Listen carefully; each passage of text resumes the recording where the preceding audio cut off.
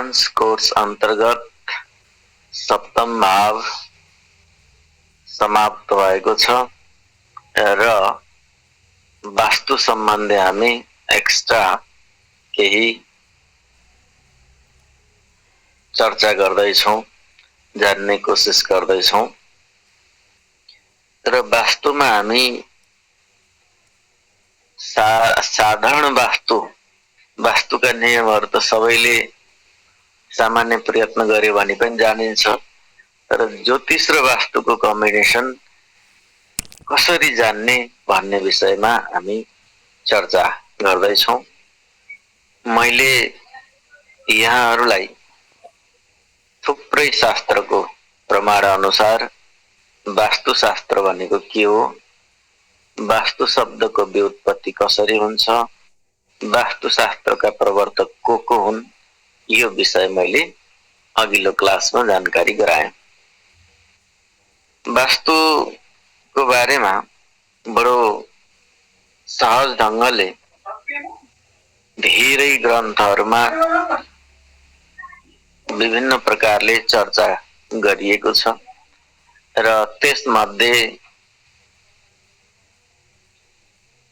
बाराही संहिता या बृहत संहिता यो यसमा सबको सारलाई सबभन्दा पछि बनेको ग्रन्थ हो। वास्तुको ग्रन्थहरू मध्येमा त 2000 वर्ष अगाडि जति बेला विक्रमादित्यको दरबारमा वराहमिहिर प्रमुख ज्योतिषाचार्य हुनुहुन्थ्यो त उहाँले त्यति बेला यस ग्रन्थको रचना गर्नुभएको थियो।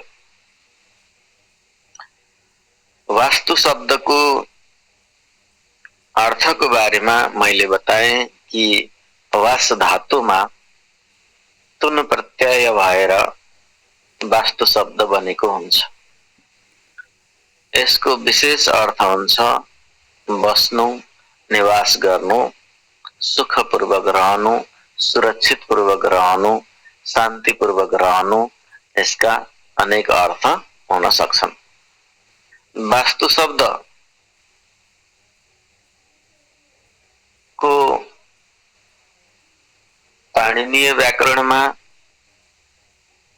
या फेरि अमरकोशमा या फेरि सारस्वत व्याकरणमा लगायतका विभिन्न व्याकरणहरूमा यहाँहरूले हेर्न सक्नुहुन्छ कि वास्तु शब्दको निर्माण कसरी भएको छ र यसलाई जान्ने कसरी हो। प्रमुख गरेर अहिले प्रचलित व्याकरणहरू अमरकोश र पाणिनी व्याकरण यो सबभन्दा प्रमुख व्याकरणहरू।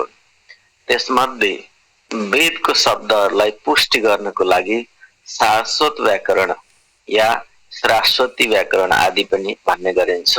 यो व्याकरण सबभन्दा उत्तम मानिन्छ।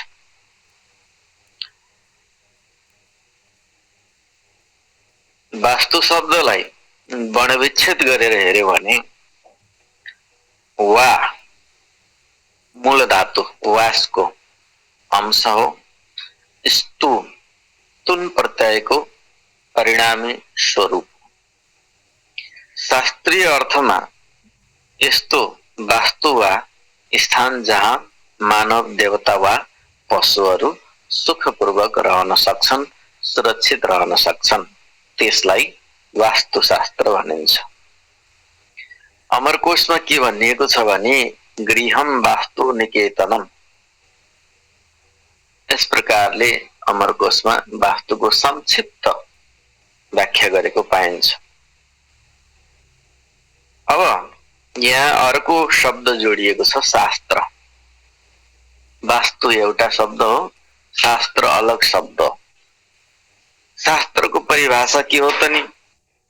त शास धातुको अर्थ हुन्छ शिक्षा दिनु, नियन्त्रण गर्नु, शासन गर्नु। के हुन्छ? शास्त्रमा शास धातु हुन्छ र शास धातुको अर्थ हुन्छ शिक्षा दिनु हो, नियन्त्रण गर्नु, शासन गर्नु। त्यस्तै गरेर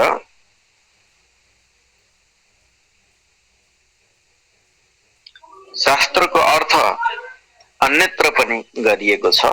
ज्ञान दिने ग्रन्थ, मार्गदर्शन गर्ने सिद्धान्त, विज्ञान वा शास्त्रीय विधि, यसलाई शास्त्र भनिन्छ।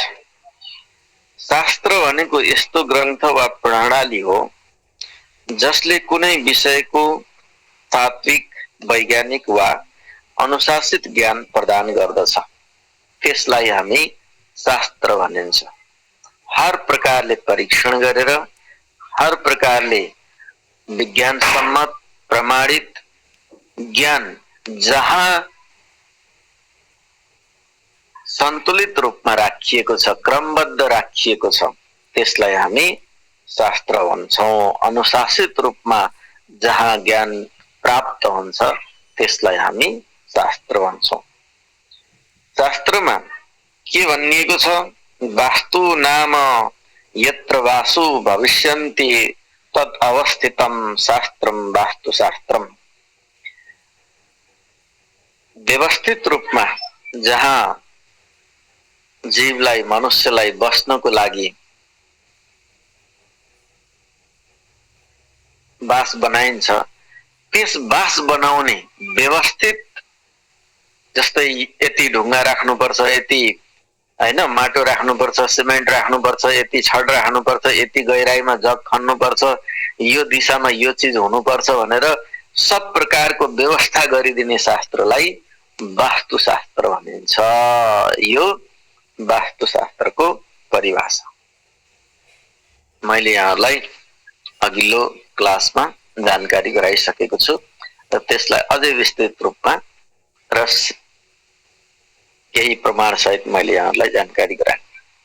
वास्तुशास्त्र केवल भवन बनाउने नियम मात्र होइन, यो मानव जीवन, प्रकृति र ब्रह्माण्डीय ऊर्जा बीचको सन्तुलन सुनिश्चित गर्ने शास्त्र हो। यसको मूल उद्देश्य सुख, स्वास्थ्य, शान्ति र समृद्धिको सुनिश्चितता गर्नु हो। तसर्थ वास्तुशास्त्र सामान्य भवन निर्माण मान्नु हुँदैन या सामान्य निर्माण पद्धति पनि होइन। तसर्थ यसमा जसरी आयुर्वेदको बारेमा मैले यहाँहरूलाई बताएको थिएँ कि आयुको रक्षा गर्ने र आयुको ज्ञान दिने हुनाले त्यसलाई आयुर्वेद भनिन्छ, त्यसै गरेर वास्तु के रहेछ त वास्तुशास्त्रको बारेमा मैले यहाँलाई डिटेलमा बताएँ। अब यहाँ के पढियो? वास्तु प्लस शास्त्र, यी दुईटा शब्दहरूको डिटेल अर्थ मैले बताएँ। त अब यहाँहरूले यो चीजलाई कण्ठ गर्नुभयो भने शास्त्र भनेको के रहेछ भन्ने कुरा बल्ल बुझ्नुभयो हो।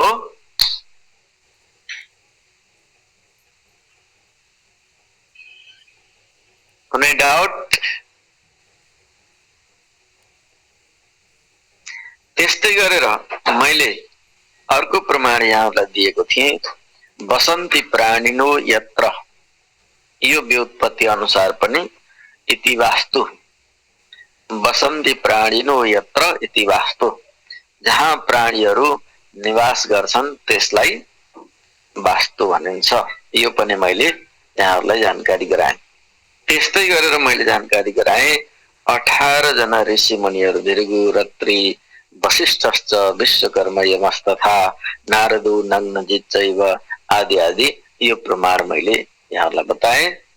र मत्स्य पुराणको आधारमा, त्यस्तै गरेर कश्यप ऋषिको आधारमा, त्यस्तै गरेर मत्स्यकै अर्को वास्तु पुरुषको उत्पत्ति कसरी भयो भन्ने बारेमा पनि अघिल्लो क्लासमा जानकारी गराइसकेको छु। वास्तु पुरुषको उत्पत्ति कसरी भयो? भगवान शिवजीको असिनाद्वारा, हैन, वास्तु पुरुषको उत्पत्ति भयो।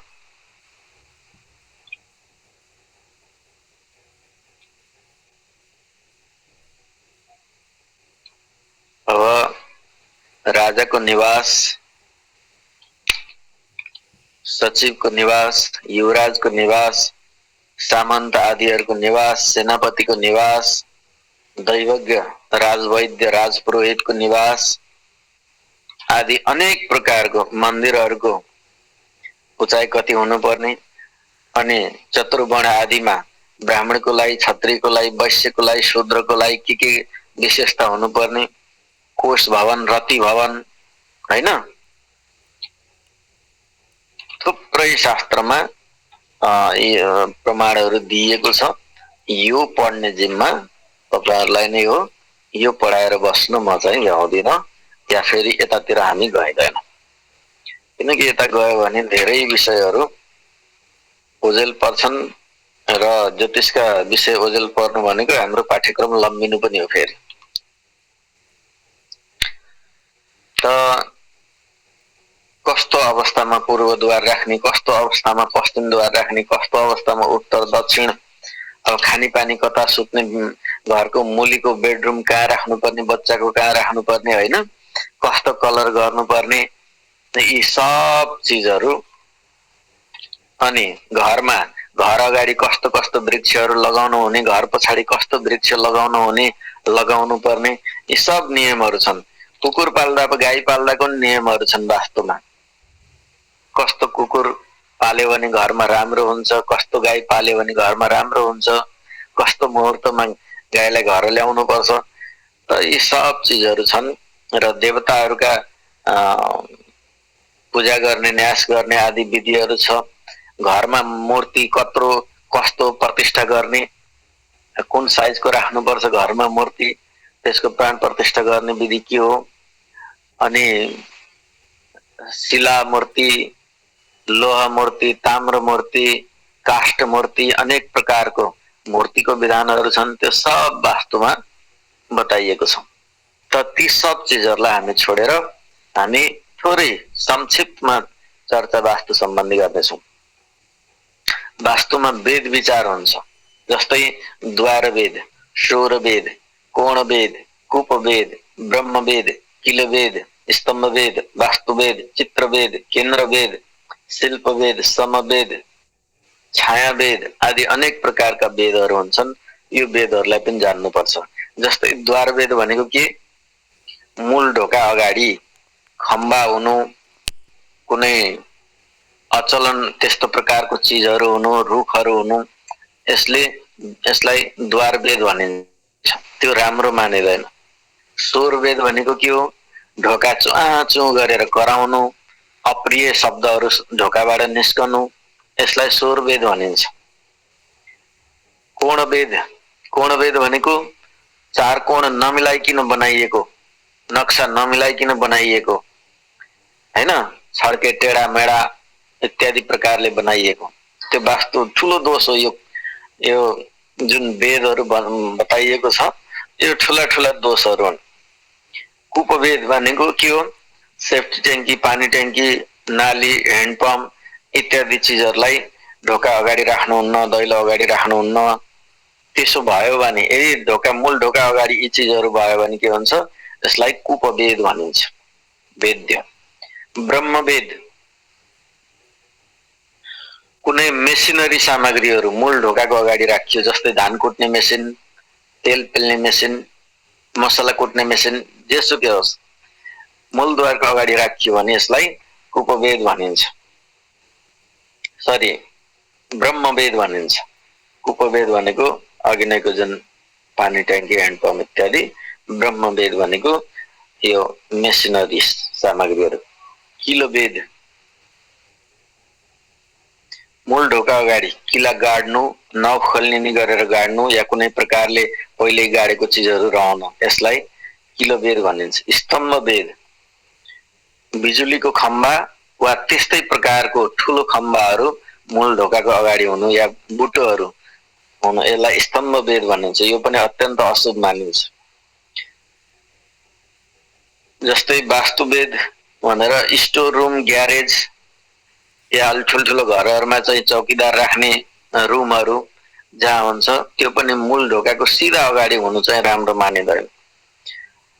चित्रवेद, बाघ, सिंह, कुकुर, मरेका मान्छेहरूको चित्रहरू मूल ढोकाको अगाडि हैन, अलि डराउने त्यस्तो तस्बिरहरू लगाउनु राम्रो मानिँदैन। त यस प्रकारले यो वेदहरू जुन छ, वेद माने शास्त्रवाला वेद होइन। त यो चिजहरूलाई हामीले जान्नुपर्छ र मिलाउनुपर्छ। त्यसरी गर्यो भने एकदम राम्रो हुन्छ वास्तु। पहिलो नम्बरमा शुद्ध, समृद्ध र उत्कृष्ट वास्तु भूमिको चयन गर्नु पर्यो, यदि सम्भव छ भने, धेरै जग्गा छ भने। दोस्रो नम्बरमा घरको योजना तथा नक्सा निर्माण वास्तुविज्ञहरूको सल्लाह लिएर गर्नु पर्यो। तेस्रो नम्बरमा शुद्ध र उत्कृष्ट निर्माण सामग्रीहरूको प्रयोग हुनु पर्यो, जस्तै माटो मिसिएको बालुवा, काम गर्दा गर्दै ध्यान नदिने कुराहरू, खिया लागेको रड, हैन, एक्सपायर भएको वा हावा पसेको सिमेन्ट, अब यस्तो प्रयोग गरेर बनाइदिए भने त काम लागेन। त्यसो हुनाले शुद्ध र उत्कृष्ट निर्माण सामग्री हुनु पर्यो। विज्ञ वास्तु निर्देशक को सल्लाहमा राम्रा शिल्पीहरू, अत्यन्तै ज्ञान भएका त्यस्ता मिस्त्रीहरूको हातबाट कर्म गराउनु पर्यो। त्यस्तो वास्तुविज्ञको हातबाट भूमि शोधन र शिलान्यास गराउनु पर्यो, हैन। शिलान्यासको समय तोक्नु पर्यो र अनुशासित गृह निर्माण प्रक्रियालाई अगाडि बढाउनु पर्यो। त यी चीजहरूलाई अब अनुशासित गृह निर्माण प्रक्रिया भन्नाले अब पहिला मास्टरको काम भ्याएर तलतिर आउने कि तलतिरको काम भ्याएर मास्टर जाने, यसलाई जान्नु पर्यो, हैन। त यी सब कुरालाई राम्रोसँग निहालेर काम गर्न सक्ने योग्य व्यक्तिहरूद्वारा यसको काम गर्नुपर्छ। अब भूमि चयन आदिको बारेमा हामीले पढ्ने छैनौं, किनकि त्यो वास्तुकै विषय छ, त्यो धेरै गम्भीर विषय छ। त्यस्तै गरेर ऋणी धनी, यो भूमि चाहिँ साउ भूमि हो कि ऋणी भूमि हो, यो छुट्याउनु पर्ने हुन्छ। त्यो पनि वास्तुमा यहाँहरूले छुट्टै नै पढ्नु पर्ने हुन्छ। आज हामी ज्योतिषलाई जोडेर अगाडि बढ्नेछौँ। अब वास्तुको विषयमा संक्षिप्तमा के यहाँहरूले जान्न सकिन्छ भन्ने कुरालाई राम्रोसँग बुझ्नु आवश्यक छ। सबभन्दा पहिला त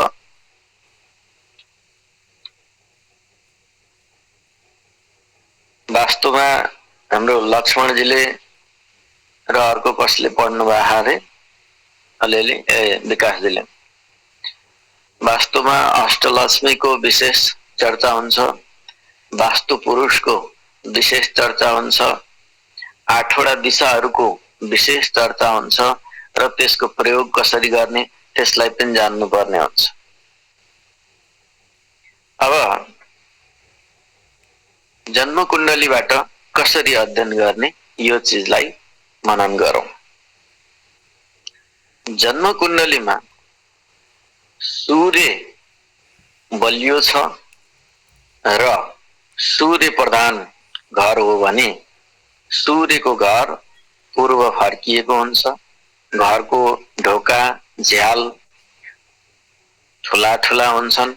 घरमा प्रकाशको राम्रो व्यवस्था हुन्छ र राम्रो व्यवस्था छ भने त्यो सूर्यद्वारा कृपा प्राप्त अनुकूल सूर्य छ है भनेर जान्ने त्यो प्रक्रिया पनि हो। राम्रो व्यवस्था छ भने सूर्य 1-5 भावमा छ अथवा बलवान भएर सम्बन्ध बनाएको छ भने सूर्य प्रभावित घर हुन्छ। त्यस्तो घर खुल्ला आँगन, खुल्ला गार्डन, खुल्ला घरको चारैतिर सूर्यको प्रकाश पस्ने पुग्ने र सर प्रकाश पनि पस्ने, सर हावा पनि छिर्ने, त्यो प्रकारले भेन्टिलेसनहरू, झ्याल ढोकाहरू राम्रो व्यवस्थित ढंगले बनाइएको छ भने त्यो सूर्य प्रधान घर हुन्छ। चन्द्रमाको घर वायव्य दिशा फर्किएको वा कहीं न कहीं वायव्य दिशा प्रभावित भएको हुन्छ।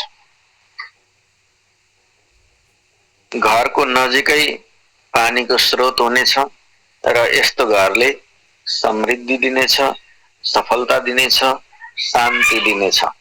र चन्द्रमा प्रधान घरमा त्यो घर बनाइसकेपछि हेर्नुहोला, आमा बिरामी भए पनि त्यो घरमा आएर बसेपछि आमाको स्वास्थ्य सुधार हुँदै जान्छ राम्रो हुँदै जान्छ र जसको धन अति चञ्चल हुन्थ्यो उसको धन चाहिँ अब स्थिर हुन थाल्छ।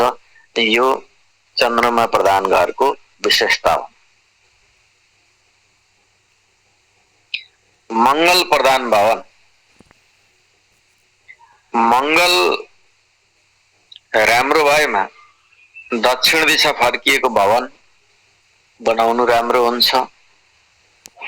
त्यस्तै गरेर बडो हेर्दैमा अत्यन्त बलियो जस्तो ठूला ठूला पिल्लरले युक्त हैन र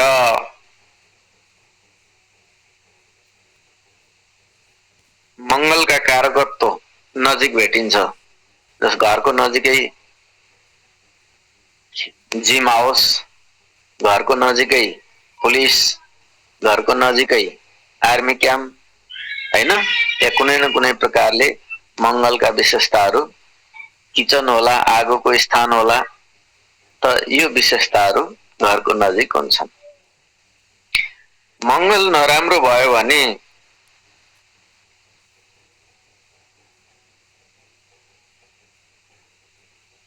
घर अगाडि चाहिँ वास्तु दोष हुन्छ। हेर्नु होला, घरको ठ्याक्कै अगाडि निमपत्ता छ, ठ्याक्कै अगाडि कागती छ, यो स्थिति बन्न सक्छ। तर वास्तविकता के हो भने त्यो चिजलाई हटाउनु पर्छ। फेरि त्यहाँ घरलाई राम्रो बनाउने हो भने त्यो चिजलाई हटाउनु पर्छ। मंगल नराम्रो छ भने घरमा आगो लाग्ने डर हुन्छ, विद्युत सर्ट हुने डर हुन्छ र छिमेकीसँग या घरमा केही न केही विवाद बन्न सक्छ। घरको नजिक मसानघाट, चोरहरू या कुनै प्रकारले त्यस्तो अलिकति नराम्रो काम गर्ने मान्छेहरू बस्छन्, अशान्तिको स्थिति बन्छ। यदि त्यस्तो प्रकारको योग छ भने त्यो खराब मंगलद्वारा प्रभावित घर हो। यस प्रकारले जान्नुपर्छ। बुधको घर कस्तो हुन्छ त? बुध प्रधान व्यक्ति जसले जुन बुधले चाहिँ घरको नेतृत्व गरेको छ भने चारैतर्फबाट जमिन खाली छ, जसको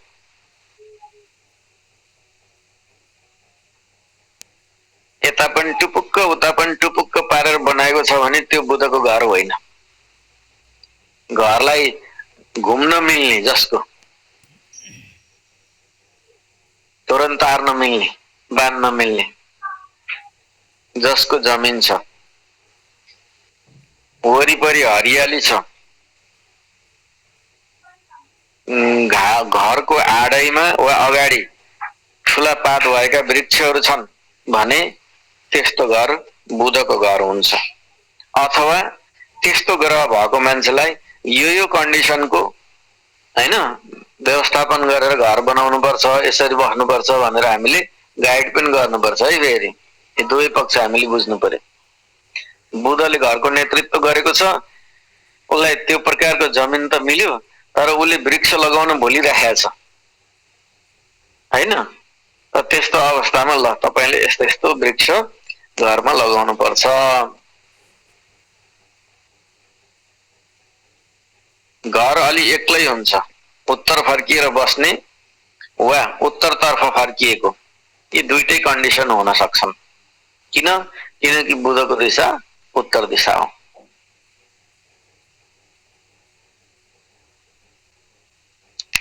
अब बृहस्पतिको घर पूर्व वा पूर्वोत्तर दिशामा फर्किएको हुन्छ, अथवा त्यस प्रकारले कुनै डिजाइनिङ गरिएको हुन्छ, मेन द्वार या कुनै एउटा मेन वस्तु त्यो दिशामा हुन्छ। घरमा सुख शान्ति हुन्छ। धार्मिक स्थान पिपलको बुटो घरको नजिकै हुन्छ। स्कुल, क्याम्पस या टिचरहरू घरमै हुन्छन् या घरका नजिकै हुन्छन्। यो व्यवस्था बृहस्पति प्रधान घरमा हुन्छ। बृहस्पति बलवान र प्रधान छ भने उसले घरमा पहेँलो कलर अधिक लगाउँछ। धार्मिक वस्तु केही न केही बाहिर देखिने गरेर चिनिने गरेर राख्छ। तुलसीको मठ झ्याप्प देखिएला, या छतमा मन्दिर होला, छतमा झण्डा होला, भगवानको हैन जय श्री राम लेखेको, जय हनुमान लेखेको, ओम नमः शिवाय लेखेको झण्डा। यो विशेषता बृहस्पति प्रधान घरमा हुन्छ। त्यस्तै गरेर शुक्र प्रधान घरमा, शुक्र प्रधान घरको के हुन्छ, डिजाइनिङ राम्रो हुन्छ, घरमा आँगन अवश्य हुन्छ, खुल्ला स्थान एकदम राम्रो हुनेछ अगाडिपट्टि,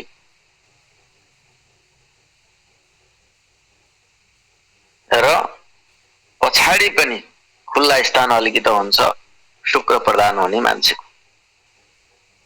र हेर्दा महँगो लाग्ने, बडो डिजाइनिङ लाग्ने, राम्रो लाग्ने, आकर्षित लाग्ने भवन चाहिँ शुक्रको हुन्छ। बडो फेसनेबल, आहा कस्तरी ढुङ्गा कुदेछन्, आहा कस्तो प्रकारको बुट्टा भरेछन्, आहा हैन आहा आहा भन्ने खाले के त्यो घर कसको हुन्छ, शुक्रको हुन्छ। त यस प्रकारले शुक्रको भवन हेर्नुपर्छ। अब राहु सरी शनि, शनिको भवन कस्तो हुन्छ, शनि निर्माण सम्बन्धी अवस्थामा शनि प्रधान व्यक्तिले बडो विचार पुर्याएका हुन्छन्। डिजाइनिङमा भन्दा पनि उनीहरू बलियोमा धेरै जोड दिन्छन्। घर पश्चिम दिशा फर्किएको, घरमा काँडा भएको रुख वा त्यति प्रयोगमा नआउने रुखहरू पनि हुन सक्छन्। शनि प्रधान घरमा एउटा विशेषता के हेर्नुहोस् भने उज्यालो सबै ठाउँमा पुगेको छैन,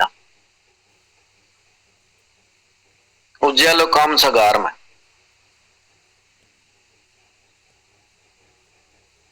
घर पछाडि अलिकति कमजोर स्थान हुनेछ, केही फोहोरो स्थान हुन सक्छ, या पश्चिमपट्टिको भागमा केही फोहोरो स्थान या केही कमजोर स्थान हुन सक्छ। यो विशेषता शनि प्रधान घरमा हुन्छ।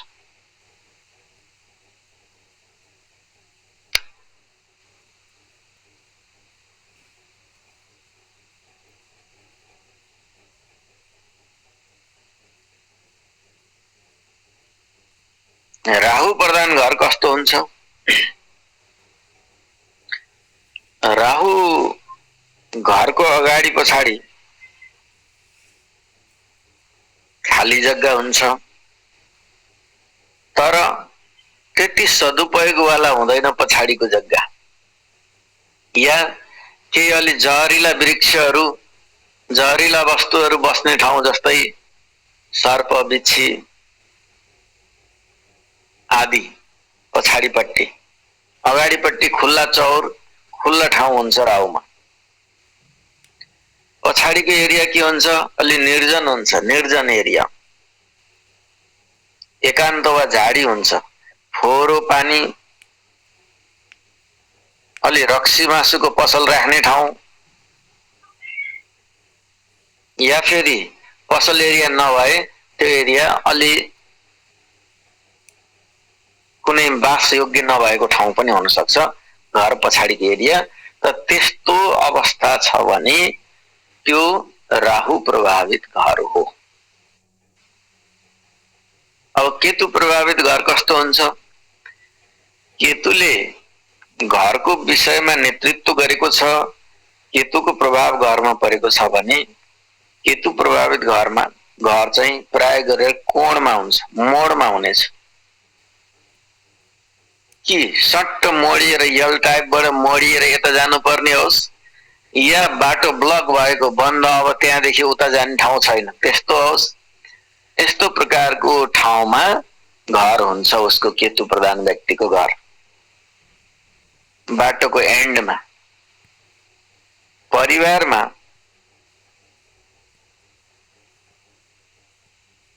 बिमारी बनिरहन्छ केतु प्रधान घरमा र परिवारहरू सबै एकमुष्ट पनि बस्दैनन्। यो विशेषता हुन्छ केतु प्रभावित घरमा र केतुको विशेषताले युक्त घरमा।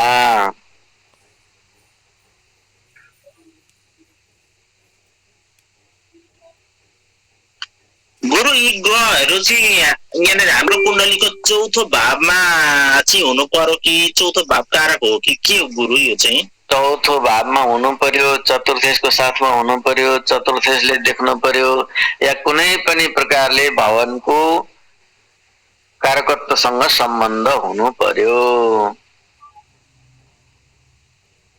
भवनको कारकत्व विशेष गरेर चतुर्थ भाव, चतुर्थेश, भूखण्डको मङ्गल यति चाहिँ प्रभावित हुन्छन्। त यसकै आधारमा यी चिजहरू तय हुन्छ, बनेको हुन्छ।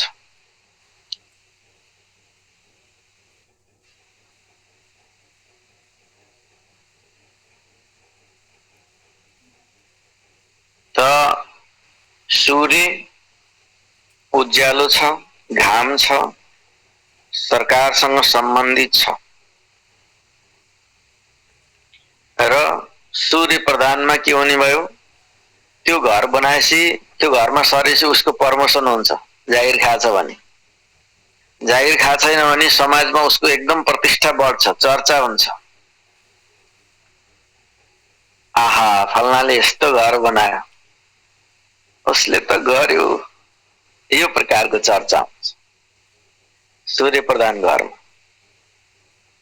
र जागिर खाछ भने 100% त्यो घर सरेपछि या जग राखेपछि उसको प्रमोसन हुन्छ।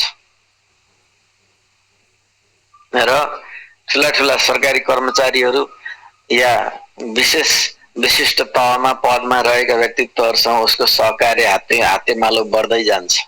यो विशेषता हुन्छ। चन्द्रमा पानी, दूध, चाँदी, माता आदिको कारक ग्रह हो। तसर्थ चन्द्रमा प्रभावित घरमा यी चिजहरू व्यवस्थित वा अव्यवस्थित दुईटै हुन सक्छन्। अघि नै मैले माथि सूर्यको राम्रो मात्रै बताएँ। यदि सूर्य विपरीत छ भने त्यसको ठिक विपरीत पनि हुन सक्छ। फेरि कहिलेकाहीँ त कमजोर भएर पनि नेतृत्व लिएको हुन्छ, कमजोर भएर पनि त्यहाँ दृष्टि युति सम्बन्ध बनेको हुन्छ। त्यस्तो कन्डिसनमा यी चिजहरू हामीले हेर्नुपर्छ।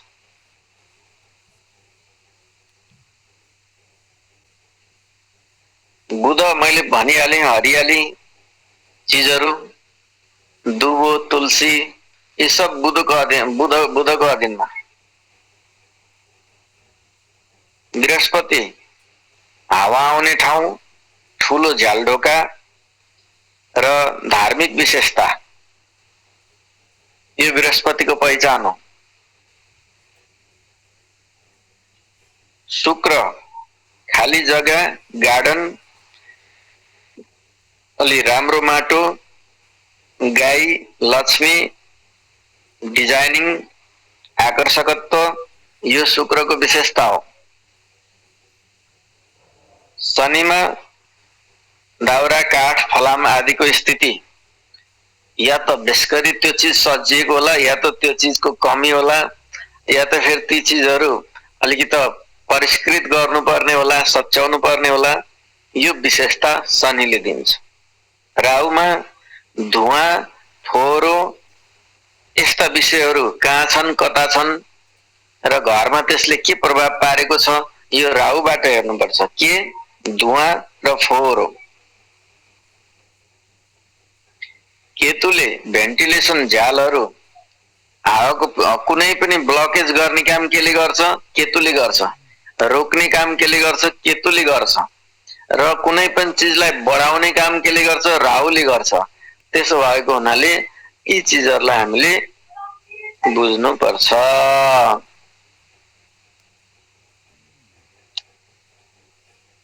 बुझ्यो यहाँसम्म?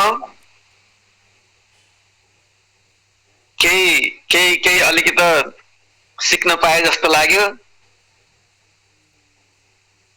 ल ठिक छ, लक्ष्मणजी भन्नुहोस्, तपाईँको हात उठ्यो। नमस्कार, प्रणाम गुरुदेव। राधे राधे। छन त यसको विषय त धेरै छ होला, अब ज्योतिष वास्तुमा हाम्रो कुण्डली अनुसार कसो कसो गरेर हेर्नु पर्ने हुन्छ यसमा? अब अगाडि क्लास छ कि यसमा हामीले अब ज्योतिषीय क्लास गरिसकेपछि ज्योतिष साइटबाट नै वास्तु हेर्नु पर्ने हुन्छ। त हाम्रो कुण्डलीको आधारमा उसले कसरी कसरी कुन कुन विधिबाट हेरिन्छ? जस्तै अब प्रोफेसनल वास्तु कन्सल्टेन्ट गर्यो, जस्तै त्योभन्दा एडभान्स गरेर वास्तु गुरु गरिन्छ। त्यसको धेरै अब कमर्सियल ठुलो ठुलो प्रोजेक्टहरूको लागि वास्तु गुरु ठुलो जान्छ। यो अहिले जस्तै मैले प्रोफेसनल गरेँ, यसमा के छ भने हाम्रो नर्मल दोकान घरहरू वासस्थान सम्बन्धी त्यसको 16 डाइरेक्सन अनुसारको त्यो घरमा ब्रह्मस्थान निकालेर 16 डाइरेक्सन निकालेर त्यसमा कुन कुन साइडमा के राख्ने, त्यो साइडमा अनि के लक्षण छ, त्यसको लाभ हानि के छ, के लक्षण हुन्छ, अनि त्यसमा नकारात्मक या दूषित पाप ग्रह भनौँ न हाम्रो ज्योतिषीबाट पाप भए या दूषित छ भने त्यसले के नकारात्मक ऊर्जाहरू पैदा गर्छ, त्यस घरमा बस्ने व्यक्तिहरूलाई के असर गर्छ र त्यसको सिम्पटम त्यसको निवारण कसरी गरिन्छ भन्ने गरे। तर हामीले यो ज्योतिषी उसबाट हामीले कसरी हेरिन्छ? जस्तै हामीले यहाँ मङ्गलको हेरियो, मङ्गल सूर्यबाट हेरियो, सूर्यको उसबाट के भन्छ एकदम त्यो उज्यालो प्रदान गर्छ, घरभित्र चारैतिर के अरे सूर्यको किरणहरू पर्छ, यस्तो अब हामीले लेख्न आयो। तर हामीले अब कसैको अब त्यो आयो ल ज्योतिष वास्तु अन्तर यो घरलाई कसरी मिलाउनु के गर्ने भन्यो भने कुन तरिकाले हामीले उहाँलाई फाइन्ड आउट गराउन सकिन्छ, के सल्लाह सकिन्छ? त्यो सबै कुरा पढ्छौँ र जन्म कुण्डली हेरेर नै। तर यसमा चाहिँ थोरै तपाईँ त्यो वास्तुमा र यसमा के फरक हुन्छ भने यसमा चाहिँ 8 दिशा मात्रै हुन्छ, त्यसमा 16 दिशा 32 दिशा आदिहरू हुन्छन्, तर यसमा 8 दिशा मात्रै हुन्छ।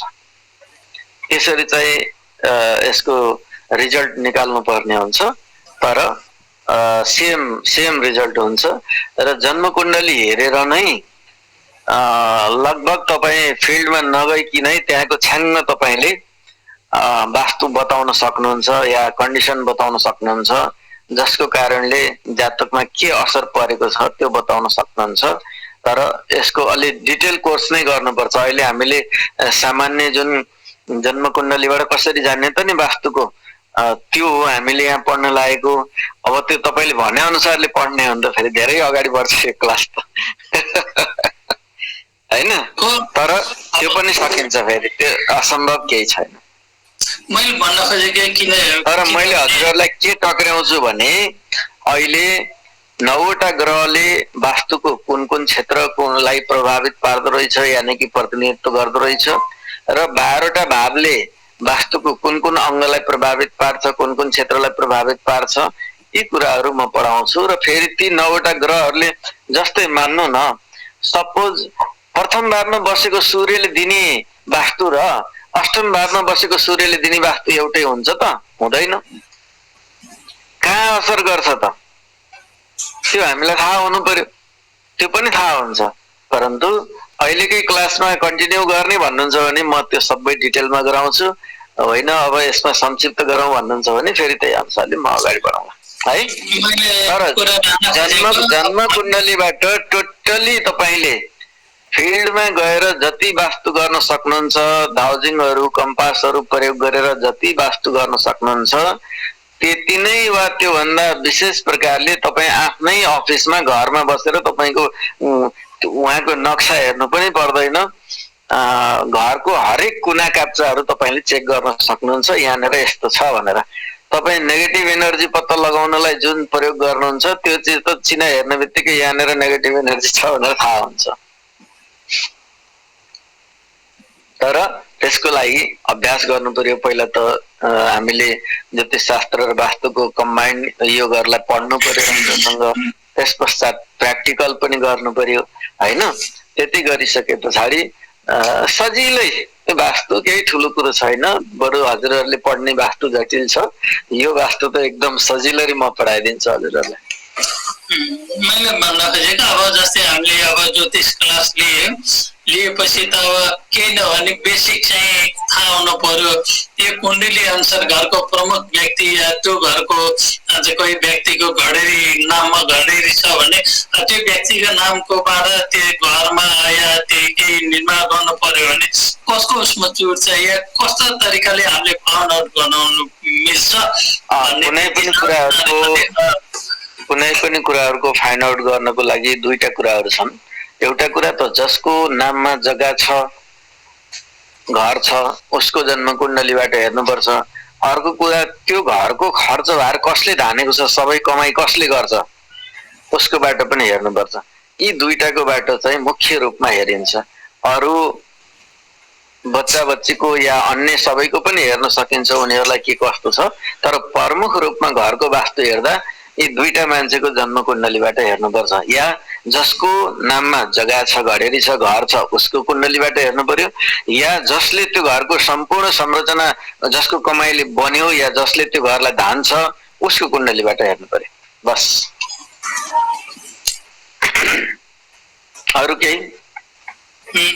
जस्तै एक्जाम्पल अब सूर्य भगवान छ भने 1-5 हेर्नुपर्छ। जस्तै अब हाम्रो सूर्य सिद्धान्तबाट त पूर्व कुनै पनि लग्नमा जन्मेछ पूर्वबाटै मानिन्छ होइन। त्यसमा कुन कुन अवस्थामा हामीले बलवान या के छ भन्ने कसरी पत्ता लगाइन्छ? कुण्डलीमा हामीले पढिराखिया छ त, सूर्य कसरी बलियो हुन्छ, चन्द्रमा कसरी बलियो हुन्छ भनेर। ज्योतिषमा फलादेशमा हामीले बल जस्तै उच्च हुनु, सोग्री हुनु, शुभ ग्रहको दृष्टि हुनु, आफ्नो घरलाई देख्नु होइन, यी जति पनि शुभ हुने कन्डिसन छ त्यो सबै वास्तुमा पनि लागू हुन्छ। मात्र के हुनु पर्यो भन्दा यहाँनिर कन्डिसन एक्स्ट्रा के हुनु पर्यो भने ज्योतिषको बाहेक एक्स्ट्रा के हुनु पर्यो भन्दा यहाँ चाहिँ टोटली मङ्गल र चतुर्थेश या चतुर्थ भावसँग रिलेटेड हुनु पर्यो।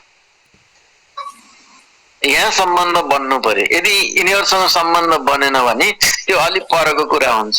यहाँभित्र जब सम्बन्ध बन्छ तब फेरि त्यो एकदम स्पेसल हामीलाई प्रभाव पार्ने खाले हुन्छ।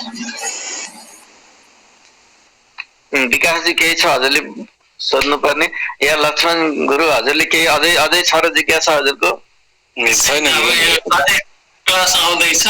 मैले त बिचमा यो आउने बित्तिकै होइन कसरी कुन भावबाट कसरी यसको बलवान या चन्द्रमा सूर्य कुन अवस्थाबाट हाम्रो ज्योतिष वास्तुबाट कसरी हेर्ने चाहिँ यसको सिम्टम सूर्यबाट, चन्द्रमाबाट, मङ्गलबाट, बुधबाट, शुक्रबाट, बृहस्पतिबाट, शनिबाट, केतुबाट सिम्टम लक्षणहरू देखियो।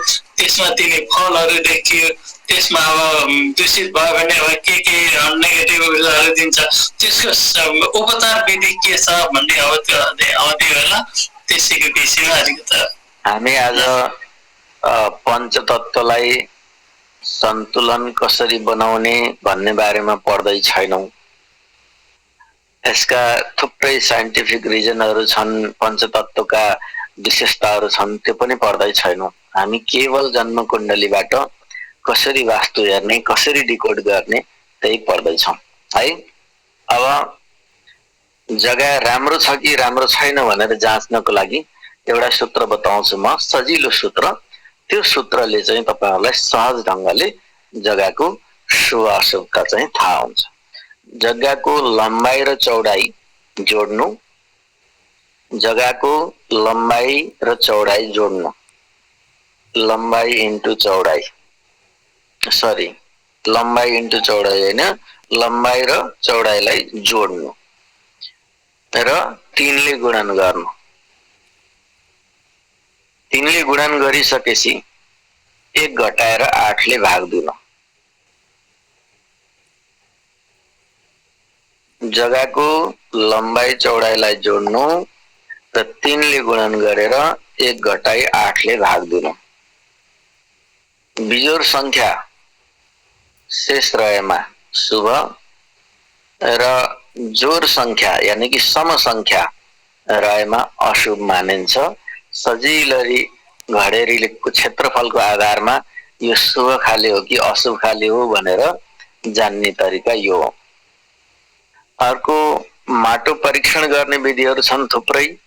त्यो भने वास्तुविधि अनुसारले पढ्नु पर्यो। मुहूर्त चिन्तामणिमा बताइएको छ माटो परीक्षण गर्ने विधि, त्यहाँ गएर पनि पढ्नु पर्यो।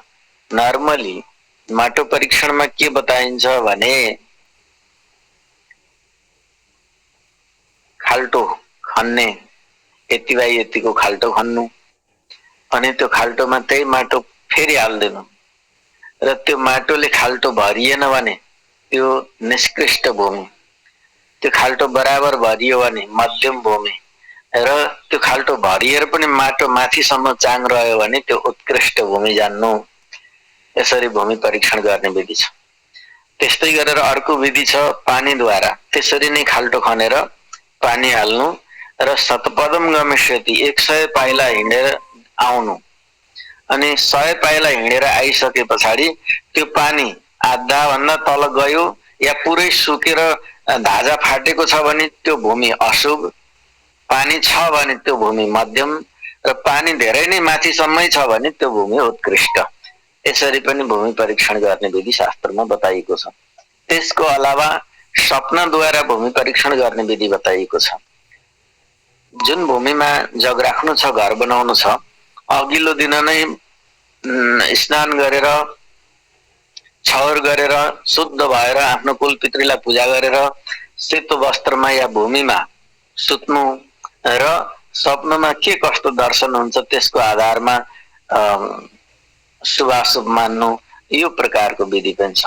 यसको अलावा अन्य पनि थुप्रै विधिहरू छन् भूमि परीक्षणका। त यो सबै मैले अहिले संक्षिप्तमा प्रसङ्गवश भनिहालेँ। त शास्त्रहरूबाट यहाँहरूले आर्जन गर्नुपर्छ। यो हजुरहरूलाई जिज्ञासाको लागि मात्रै भनेको है मैले। त परीक्षण गर्ने थुप्रै विधिहरू छन्, त्यसरी गर्नुपर्छ। गुरु यो मसँग एउटा यो पिडिएफ पुस्तक छ, त्यसमा चाहिँ हजुरले अहिले पढाइरहनु भएको यो धेरै कुराहरू चाहिँ यसमा समावेश छ कि। ए भवन भास्कर भन्ने मैले डाउनलोड गरेको थिएँ। भवन भास्कर चाहिँ यो संक्षिप्त रूपमा यो राजेन्द्र कुमार धवनले लेख्नु भएको रहेछ। त्यसमा छ यो संक्षिप्त, यो हिन्दी। पिडिएफ चाहिँ यसो हामीले पनि पाउनु पायो भने थिएँ। म पठाइदिइहाल्छु नि। ठिक छ। भवन भास्कर है। अब अर्को कुरा के हुन्छ, शास्त्र मैले हालिदिएँ। ग्रुपमा हाल्नुभयो कि मलाई हाल्नुभयो? मलाई पठाइदिनु। मैले ग्रुपमै हालिदिएको। ए ल ठिक छ। त्यो भयो भने सबैलाई भयो। अर्को कुरो के बताइएको छ भने भूमि चाहिँ ब्राह्मण भूमि, क्षत्रिय भूमि, वैश्य भूमि र शूद्र भूमि, भूमिलाई पनि 4 वर्णमा विभाजन गरिएको छ। सुगन्धा ब्राह्मणी भूमि, रक्तगन्धा तु क्षत्रिय, मधुगन्धा भवेद वैश्य, मध्यगन्धा च शूद्रिका। यो प्रमाण शास्त्रमा भेटिन्छ। अब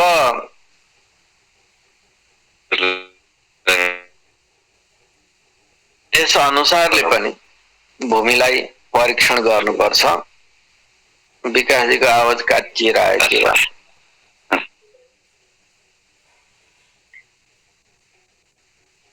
त यस प्रकारले वास्तु र ज्योतिषको हामीले पढ्दाखेरिमा यी चिजहरूलाई ध्यान दिनुपर्छ। वास्तु सम्बन्धी यति धेरै ग्रन्थहरू छन्, आर्ट्स मात्रै धेरै छन्। फेरि अहिले बनेका काटछाट गरेर दिल्लीमा बेच्ने खाले त हजारौं छन्। मेन ग्रन्थहरू नै कयौं वर्ष पढ्नुपर्ने, शोध गर्नुपर्ने खाले छन्। त्यत्रो शास्त्र प्रमाण छ। घरमा कुनै पनि एउटा कुरो के बुझ्नुहोस् भने हामी ज्योतिष वास्तु पढ्दैछौँ, घरमा कुनै पनि सामान तपाईले चेन्ज गर्नुहुन्छ, कुनै पनि सामान थप्नुहुन्छ, अलिकति घर मर्मत गर्नुहुन्छ या तलतिर केही गार्डनतिर मिलाउनुहुन्छ या जुनसुकै पनि प्रकारको घरमा घटना घट्छ, त्यो अवस्थामा तपाईको चतुर्थ भाव कहीं न कहीं एक्टिभ हुन्छै हुन्छ।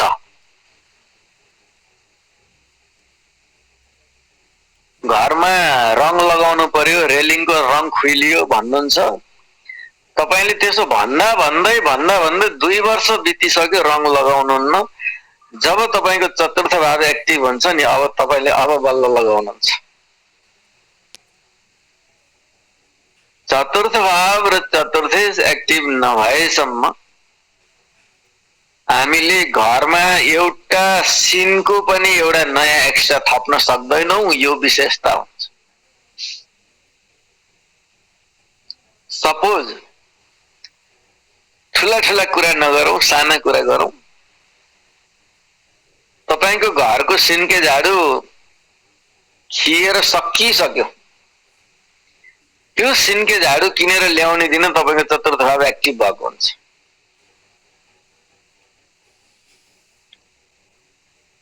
भने पछाडि कस्तो कति गम्भीर होला।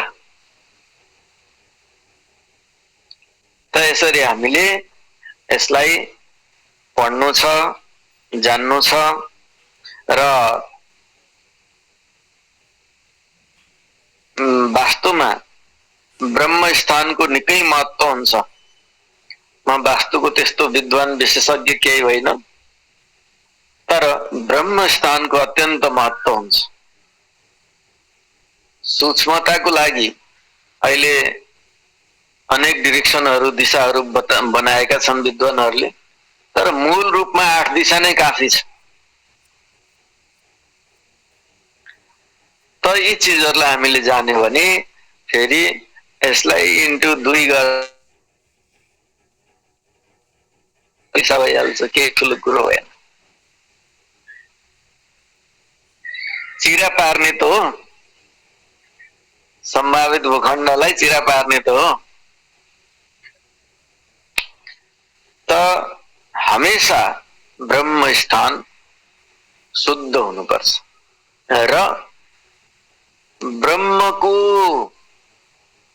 कुनै पनि स्थानमा शरीरको माने कि ब्रह्मको हैन, वास्तु पुरुषको कुनै पनि शरीर पीडित भयो ग्रहहरूद्वारा भने त्यही अंग, त्यही कोठा, त्यही दिशामा समस्या हुन्छ। यो कुरा हामीले बुझ्नुपर्छ। जस्तै वास्तुको स्टार्ट कहाँबाट हुन्छ? पूर्वोत्तर कोणबाट हुन्छ। वास्तु पुरुषको शिर कहाँ हुन्छ? पूर्वोत्तर कोणमा हुन्छ। कहाँ के भन्छन् त्यसलाई? ईशान कोण कि कहाँ हो?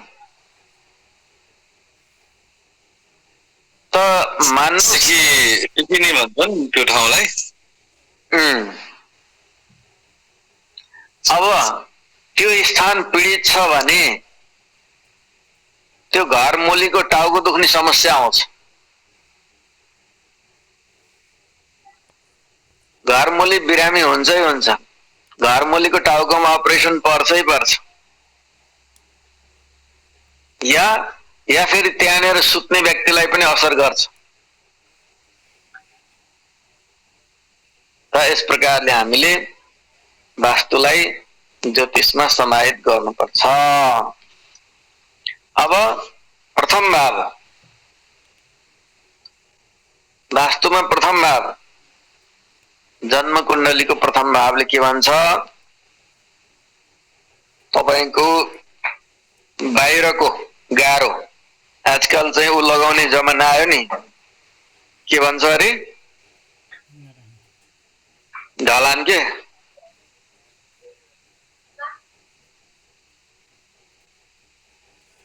ढलान गरे जस्तै आजकल त के वाल भन्छ अरे? मलाई याद पनि आएन। शेरवाल हो कि के भन्छ? धरानमाथि फेरि चिसो तातो बनाउनको लागि अर्को त्यो लग्नबाट के हेर्नुपर्छ? चार दिवारी, चार कुना, चार पाटा, बाहिरी मजबुत कस्तो छ त्यो हेर्नुपर्छ। बाहिरी स्वरूप कस्तो छ, मजबुत कस्तो छ, यो चाहिँ लग्नबाट हेर्नुपर्छ। किनकि जन्म कुण्डलीमा जातकको स्वरूप, शक्ति हैन, आयु, यी चिजहरू हेरिन्छ। तसर्थ जन्म कुण्डलीको प्रथम भावबाट घरको वास्तुको हेर्दाखेरिमा के हेर्नुपर्छ? चार पाटा, चार दिवारी, त्यसको स्वरूप हैन, र त्यसको बलिष्ठता हेर्नुपर्छ। बुझियो? कुरो सामान्य छ है, कुरो सामान्य छ। अब जसको लग्न बलियो छ जन्म कुण्डलीमा, उसको घर को चार पाटा बडो मजबुत छ, बाहिरी गाह्रो एकदम मजबुत छ, डबल गाह्रो छ है, ढुङ्गाको या डबल इट्टाको गाह्रो छ, या शेरवाल आजकल ढलान प्रविधिद्वारा बनेको छ, एकदम स्पेशल चार पाटाहरू उसका राम्रा छन्। अनि अगाडिबाट हेर्दा फेस, अनुहार, घरको अनुहार कस्तो छ? स्पेशल छ। घरको आयु कस्तो छ? स्पेशल छ। घरको स्वास्थ्य कस्तो छ? स्पेशल छ। जन्म कुण्डलीको प्रथम भाव यदि बलवान छ, राम्रो छ भने त्यो जातकको घरको आयु पनि, घरको सुन्दरता पनि, घरको स्वरूप पनि राम्रो छ। यहाँ केही क्राइटेरियाहरू छन्। नम्बर 2, द्वितीय भाव। द्वितीय भावबाट के हेर्ने? बैठक रुम हेर्ने, सभाकक्ष, ड्राइङ रुम इत्यादि द्वितीय भावबाट हेर्ने।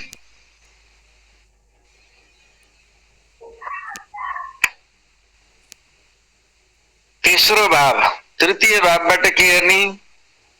काम गर्ने ठाउँ, एक्सरसाइज गर्ने ठाउँ,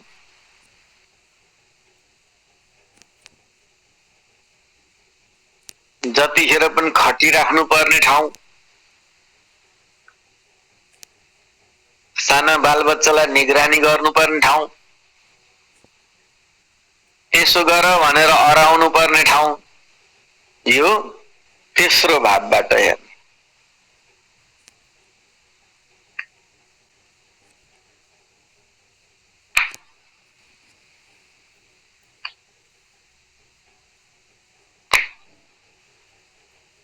चौथो भावबाट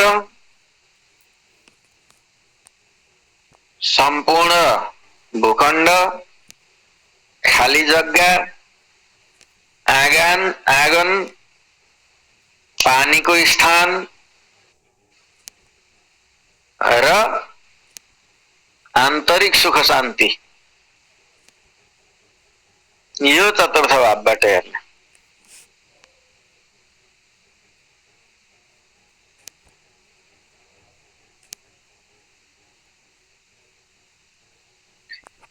पंचम भावबाट के हेर्ने?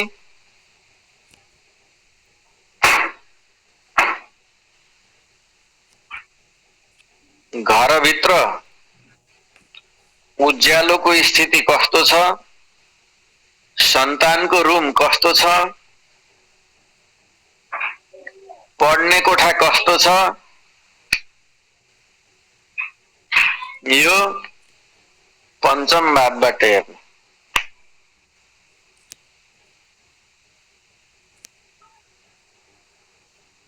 पंचम भाव राम्रो छ भने मनोरञ्जन स्थान पनि राम्रो हुन्छ घरभित्र।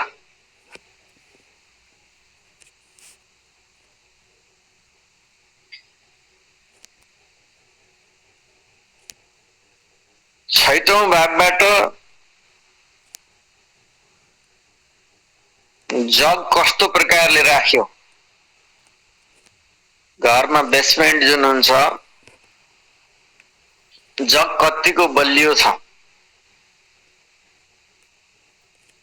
बाहिरी स्वरूप बलियो कस्तो छ भन्ने कुरा लग्नले हेर्नु पर्यो। जग कतिको बलियो छ भन्ने कुरा छैटौं भावबाट हेर्नु पर्यो।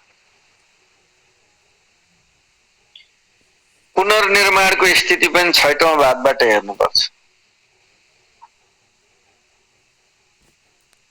घर बनाउँदा बीचमा केही विवाद, छिमेकीको अवरोध आउँछ कि आउँदैन भन्ने कुरा छैटौं भावबाट हेर्नु पर्यो।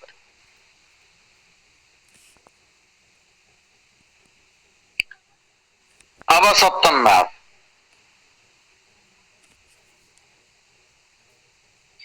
सप्तम भावबाट घरको प्लास्टर, घरको रङरोगन, घरको फिनिसिङ, डिजाइनिङ, यी सब चीजहरू जन्म कुण्डलीको सप्तम भावबाट हेर्नुपर्छ।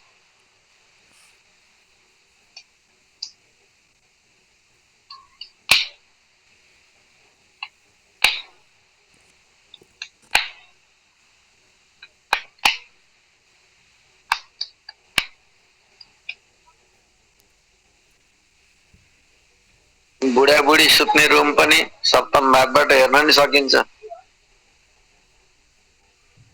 श्रीमतीको राखन धारण स्थान सप्तम भावबाट हेर्न सकिन्छ।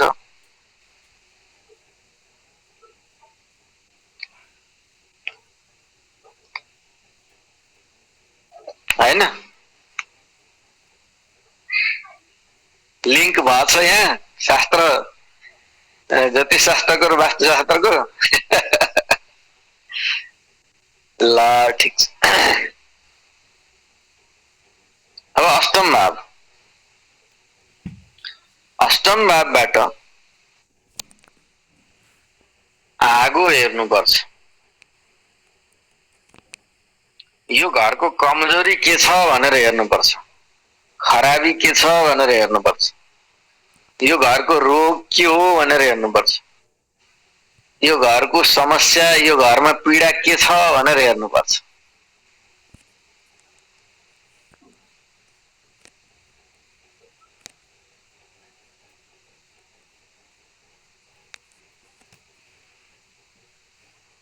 अष्टम भावमा विशेष गरेर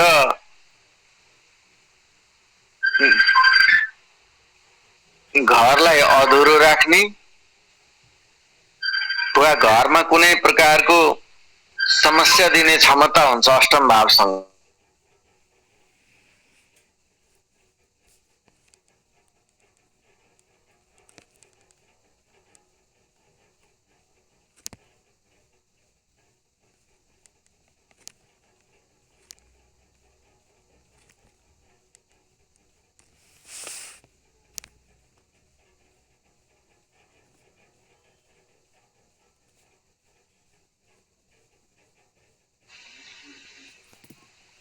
माथि ठुलो मम्मीलाई लैदिएको।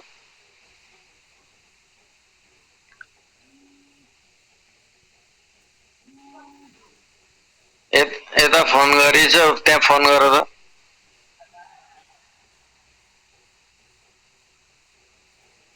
फोन गरिहाल्न मन त। यस प्रकारले अष्टम भावले केही न केही पीडा दिने काम यसले गर्छ। तर अष्टम भावले त यहाँ जन्म कुण्डलीमा हामीलाई शारीरिक पीडा दिन्छ, मानसिक पीडा दिन्छ, तर यहाँ भवनको माध्यमबाट दिन्छ, भवनको कारणले दिन्छ। यो चीजलाई हेर्नु पर्यो। नवम भाव, नवम भावबाट घर कतिको आकर्षक छ या घरका आकर्षक स्थानहरू कहाँ कहाँ छन्, पूजा स्थान, माता पिताको रूम र अतिथि गृह पनि, अतिथिहरूलाई राख्ने ठाउँ पनि। यो चीज नवम भावबाट हेर्नुपर्छ। पिताजीको रुम, पूजा स्थान, अतिथि स्थान र आकर्षक स्थान, यति चीजहरू नवम भावबाट हेर्नुपर्छ।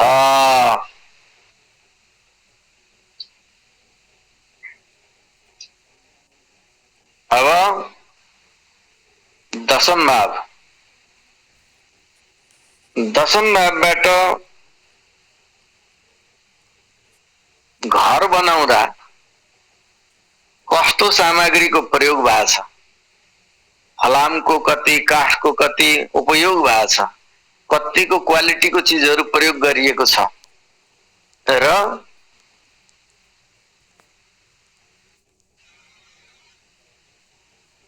घर बने पछाडि उसको पद प्रतिष्ठामा कस्तो प्रभाव पर्यो, यो कुरा दशम भावबाट हेरिन्छ।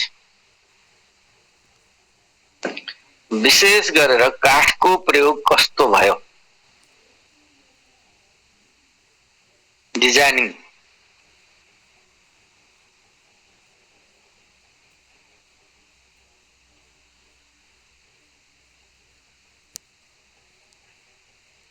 कुनै कुनै ग्रन्थमा दशम भावमा पनि अतिथि कक्ष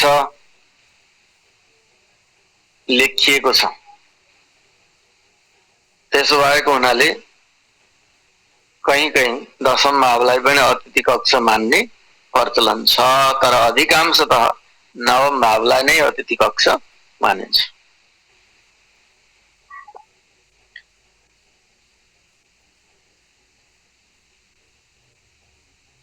एकादश भाव,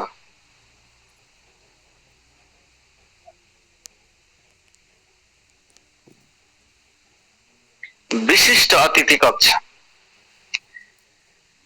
नवम भाव दशम भाव भन्दा अझै विशिष्ट, जस्तै राजा मन्त्रीहरू सिडीहरू आए भने या सम्धिज्यू या जो सबभन्दा विशिष्ट मानिन्छ, त्यस्ता अतिथिहरूको लागि एकादश स्थान हुन्छ। सामान्य अतिथि होइन है, विशिष्ट अतिथि। आकर्षण स्थानहरू, अघि नै नवम भावमा पनि आकर्षण स्थान पढिएको थियो र एकादश भावबाट पनि आकर्षण स्थान हुन्छ। सजावटहरू,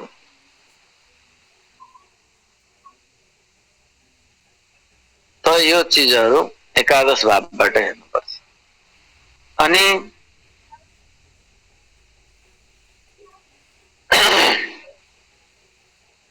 एकादश भाव भनेको घरको ज्येष्ठ नागरिकहरूको पनि भाव हो, तसर्थ यसलाई पनि हामीले ध्यान दिनुपर्छ। अब द्वादश स्थान, व्यय भावबाट वास्तुमा के हेरिन्छ, व्यय भावबाट घरको कुन भाव अलि एकान्त छ, घरको कुन क्षेत्र अलि फोहोरो छ, घरको कुन क्षेत्र अप्ठ्यारो छ,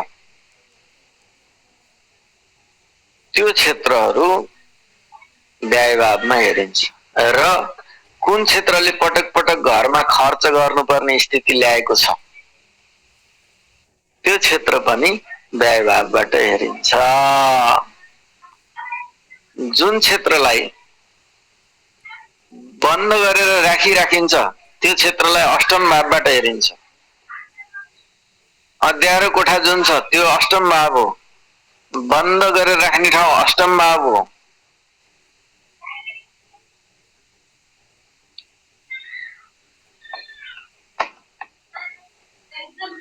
अन्डरग्राउन्ड जहाँ गुफा सुफा छ त्यो अष्टम भाव हो। तर यी चीजहरूलाई बुझ्नु होला।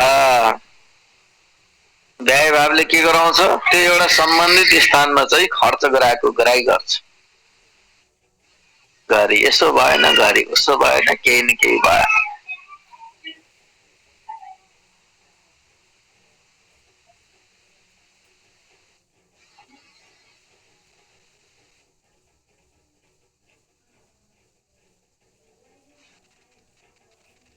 भर्याङ र खानेपानी कुन कुन भागबाट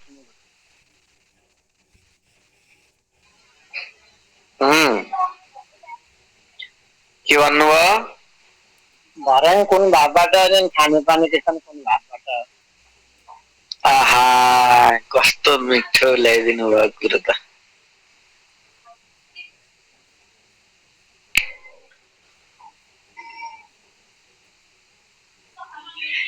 भर्याङको कुरा छ, छतको कुरा छ।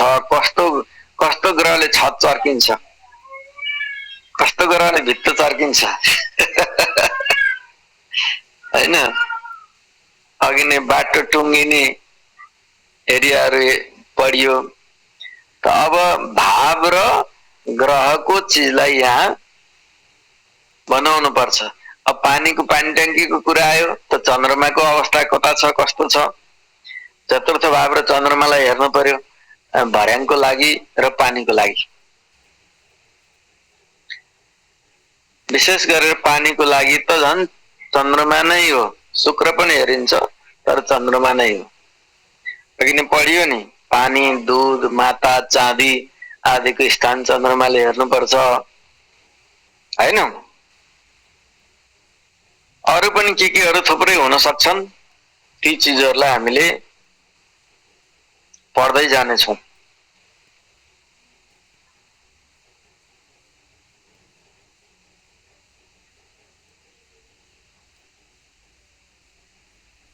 अब जन्म कुण्डलीले तपाईको व्यक्तिगत शक्तिलाई जनाउँछ, गृह कुण्डलीले तपाईको वास्तुको शक्तिलाई जनाउँछ, घरको शक्तिलाई जनाउँछ।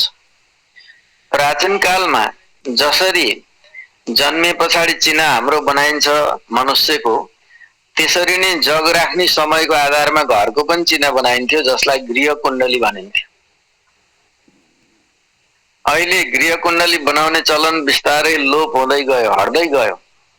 तर चिना नबनाए पनि योग्य व्यक्तिले यति बजेर यतिमा जग राख्नुस् भनेर दिएको समय भनेको के हो? त्यो वास्तुको, त्यो गृहको जन्म हुनु हो र त्यसकै आधारमा त्यो गृहको आयु हुन्छ, आयु स्वास्थ्य निर्धारण हुन्छ। त्यसकै आधारमा घर परिवारको संरक्षण हुन्छ, त्यसकै आधारमा। त्यस हुनाले वास्तु हाम्रो घरको इनर्जी हो भने जन्म कुण्डली हाम्रो शरीरको इनर्जी हो।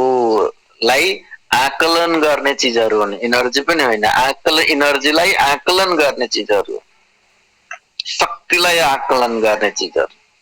तर यदि कसैको वास्तु कुण्डली बनेको छैन भने उसलाई जन्म कुण्डलीबाटै अध्ययन गर्न सकियोस्, त्यो विधि हामी पढ्दैछौँ। राधे राधे। बुझ्यो? जसको वास्तु कुण्डली, गृह कुण्डली बनेको छैन उसलाई जन्म कुण्डलीबाट नै अध्ययन गर्न सकियोस्, त्यो विधि हामी पढिरहेका छौँ।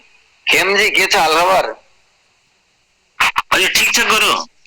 तपाईँ चुपचाप बस्दाखेरिमा रिसाएको कि खुसाएको भन्ने जस्तो। ए होइन होइन गुरु, म एकदम ध्यानपूर्वक बसिरहेको छु। कस्तो लाग्यो? अहिले ठिक छ गुरु, एकदम ठिक छ। केही विशेष? होइन ठिक छ गुरु, ठिक। सबै कुरा आउँदैछ गुरु, क्रमशः आउँदैछ। ल ठिक छ। अब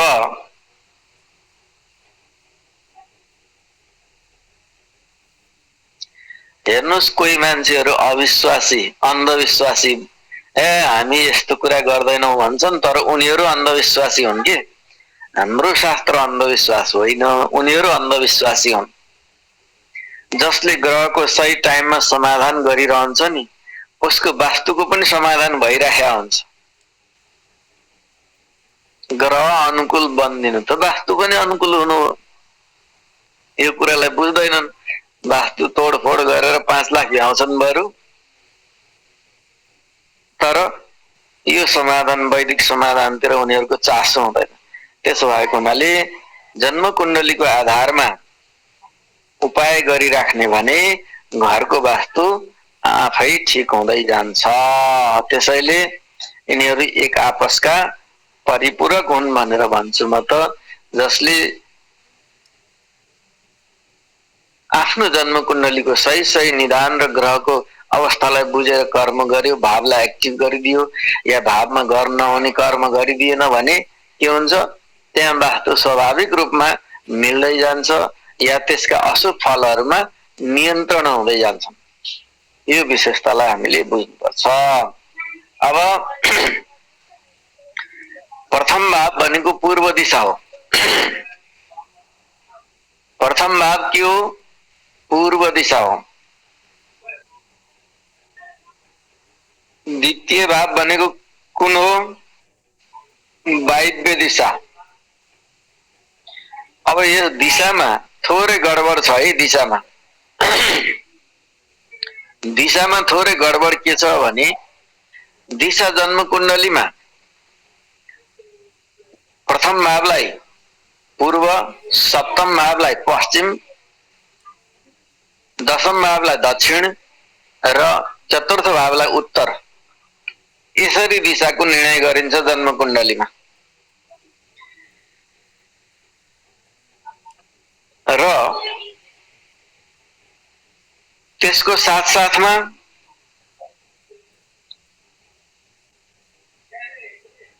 अब के भयो, लग्न र दशम भावको बीचको दिशा अग्निकोण, लग्न र चतुर्थ भावको बीचको दिशा कता गयो?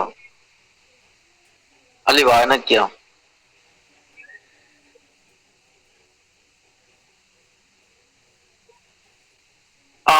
लग्न र चतुर्थ भावको बीचको दिशा ईशान